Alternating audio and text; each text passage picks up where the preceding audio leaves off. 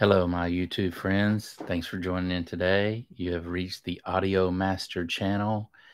And if you haven't hit that subscribe button, hit that little subscribe button right down there and ring that bell because we have a lot of great things going on. And one great thing is you don't want to miss out. Every month, we're giving away a Shure microphone.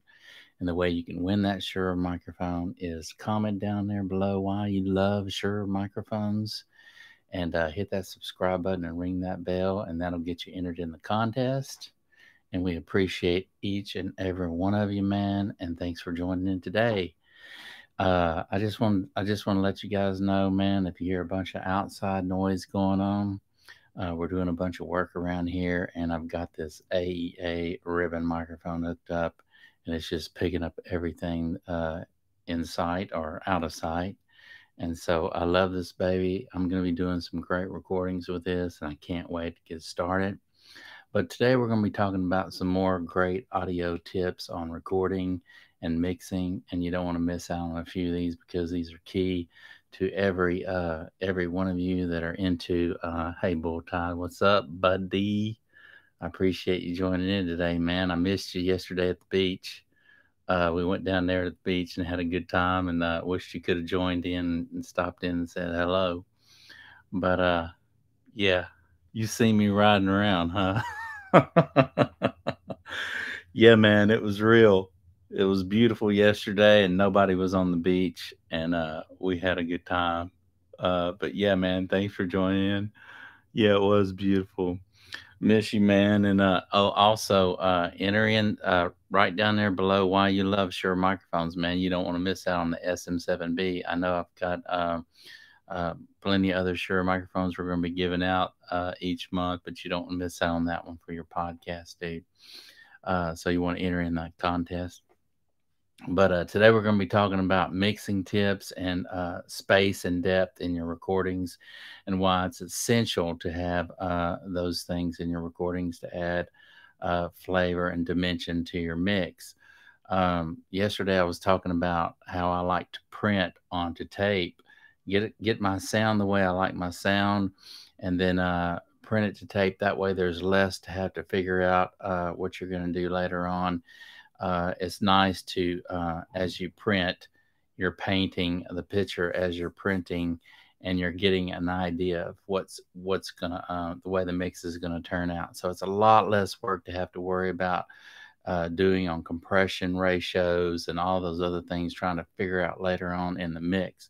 If you can get your sound right as you're printing and painting, um, it's just a lot easier to kind of get a better idea of what you're going to do later on with it. But I love doing that, man. I love adding my delays and everything, and creating my delays whenever I'm tracking, especially like with acoustic guitar.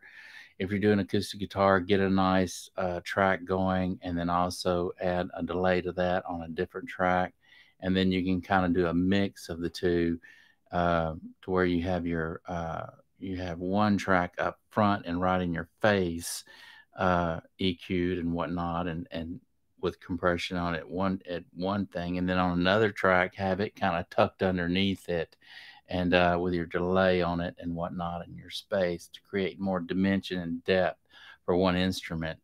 And then if you apply this technique to all your tracks, and then you move on to your keyboards or whatnot, and you start doing that, then you start adding all these different dimensions, space. It adds a lot of depth to your recordings and a lot of flavor to your mix, man. And before you know it, by the time you get 6 or 7 tracks down, you've got all this dimension and stuff going on, creating different movements and things floating and moving around the mix. This is essential for a lot of things, because if you just track your tracks dry and add reverb or delay later to that track, then you can't really create how much space that you want in there. Also, having a sub mix in there to where you're running your vocals or your guitar track and everything to a sub mix with your plugins on that track. What it does, it pretty much glues everything together.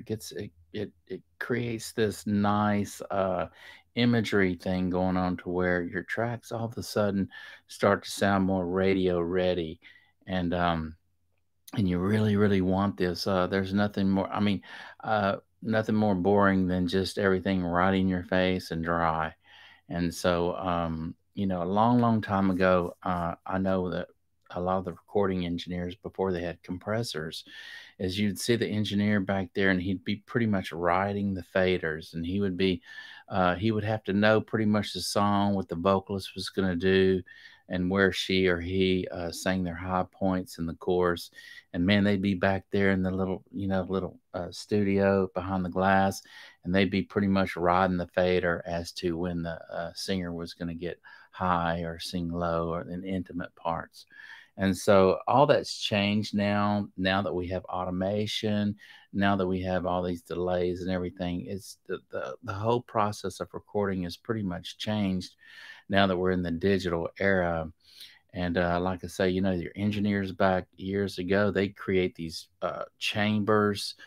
They would put one amplifier and a speaker in one small bathroom, maybe a tile room, and they would create their own reverbs and space by doing things like that. Now is really nice because we have self automation, and we can pretty much the faders will be moving in real time up and down on the mixing board like this, and coming in, adding dynamics to things with swells, little ear candy things coming in and out of the mix, panning far left and far right. So you have your imagery far wide, left and far right. And you have all this movement going on, which creates all this imagery and beautiful space within the track, makes it sound big and full, and your ears just glued to it, and you don't want to take your ears away from the mix because there's a lot of interesting things coming in and out.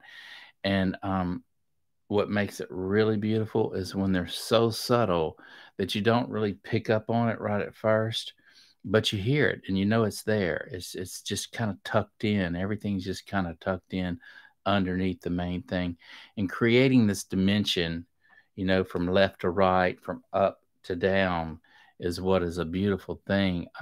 In mixing, mixing is an art in itself, but that's what's beautiful about printing before getting your sound the way you want, before you print it, because it kind of gives you a better idea of where the mix is going uh, further on down. And so that's really, really important. Also, headroom. I want to talk about headroom because a lot of people ask, well, how much headroom should you leave before you send it off to the mastering engineer? And you'll read some things, minus 6 dB, minus 3 dB, minus, 2 dB, minus 1 dB. The main thing is the type of music that you're recording. But also, I don't really like to leave that much headroom for the mastering engineer. I don't like to leave minus 6 dB. I like to come somewhere in between 1 and 3, is because I like to pretty much get it uh, pretty much master ready, where all he has to do is just pretty much run it through his stuff to warm it up and add some flavor to it, add some his character of the units that he's using, maybe a touch of EQ to get that little smiley face on things. But other than that, just very, very little that the mastering engineer has to do. And a lot of that has to do with having a vision way ahead of time of uh, before you even get started on the tracking and the mixing. What I typically like to do, whatever kind of song that we're doing, if it's a ballad or a rock song or a folk song or whatever, is I like to get a song that I really like in that style of music, and pretty much just put it on track number one, man. I'll just go ahead and glue it in there on track number one and use that as a reference track, only a reference track. I know that my mix won't sound like that at the end of the day, but it's just a key point as to a target to shoot for. It's always good to have a target to shoot for and a vision ahead of time before you even start the project. So let's just say y'all got a song that you've been working on, or let's just say that you're a single artist and you want to put down some tracks. You kind of have a vision ahead of time as to what type of song that you want to record, or what you like to do.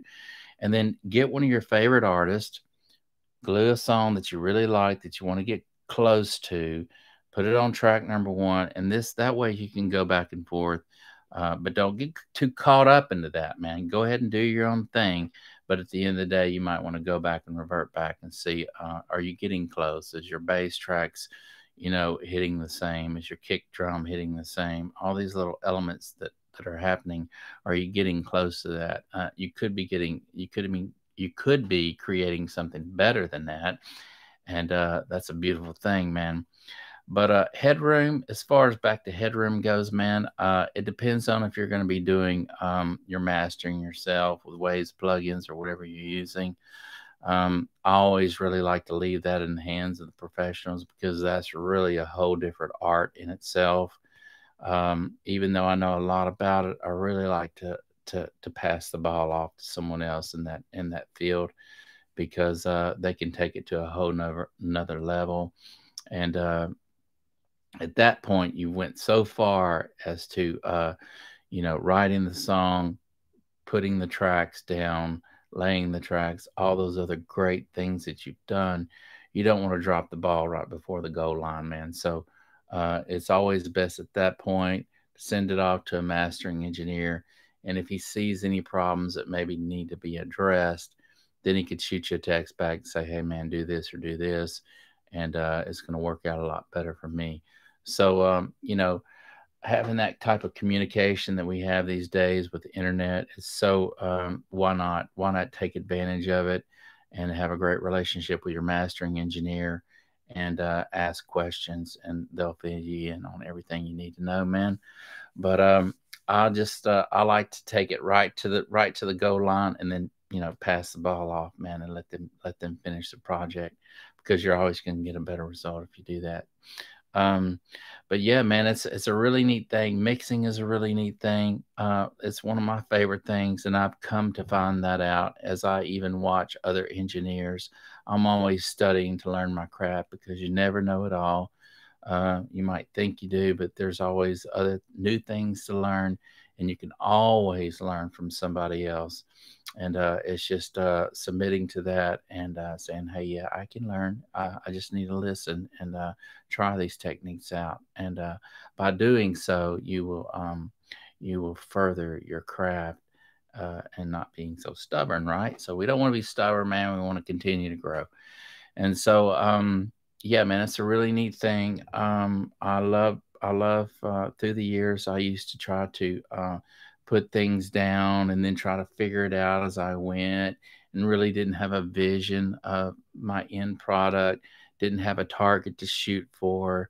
All these little things that took me many years of studying and doing the research has helped me out tremendously in my mixing.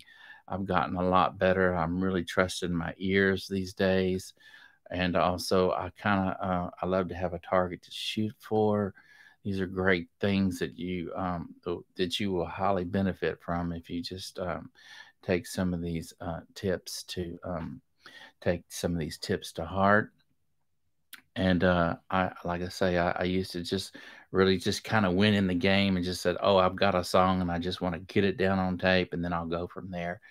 But it's really kind of neat to have a vision of how you want everything to sound, and adding dimension and depth, and using delays, different time delays, space delays, and all these different delays to add depth and width to your song.